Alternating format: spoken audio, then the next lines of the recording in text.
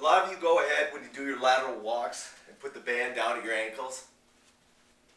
You know, for your really strong individuals, that might be okay, but there's a couple of things that happen with that. Number one, it's going to really decrease your ability to get a nice wide base of support.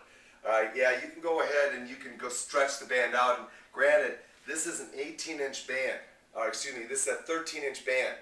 So if I'm going to go ahead and stretch it twice its distance, can you see how I'm really going to overstretch that band? So that's the first thing, and that's why a lot of these bands break, is because you're placing them at the ankles and overstretching them. Now,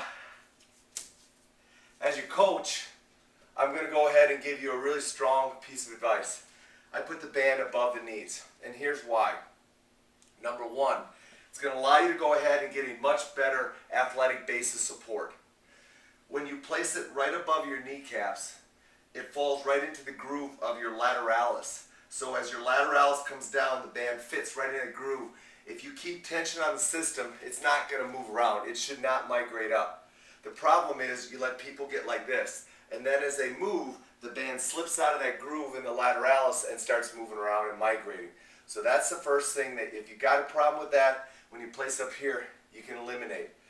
So the first reason is wide base of support.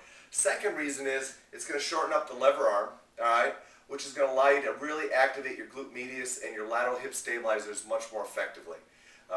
So again, it goes back to an old weightlifting concept that I used to use, in that we used to do short reps. You know, in those short reps, granted, they didn't create a great range of motion and strengthen you through the full range, but what they did do is they allowed you to go ahead and really get that muscle warmed up and rolling. With the band, placing it on, shortening up the lever arm, you're kind of doing the same thing. You're getting that muscle and you're really able to get it to activate and warm up. Alright, so as a result, it's going to allow you to go ahead and get that hip warmed up quickly. Now you may say, hey, you know, I need that, this band is not strong enough to go ahead and activate my hips.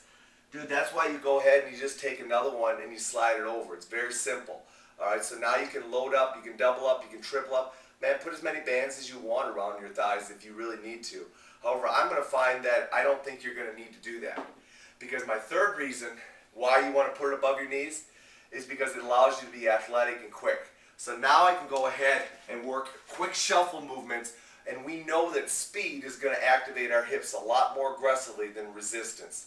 So as a result of that, I'm going to use this band to, one, activate my hips. Number two, get my glute medius on board. Number three, warm my hips up and get them warming up and get them going. So I don't want to move slow and methodical during the whole time. So what I want to do is eventually increase my speed and get it going. So there's your three reasons. Number one, it's going to allow you to get a better base of support.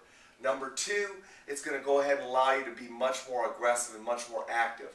And number three, it's going to create a short lever arm, which is going to activate your glutes much more aggressively. Guys, as your coach, using bands, I'm telling you right now, put it above your knee and I think you're going to have a lot more success.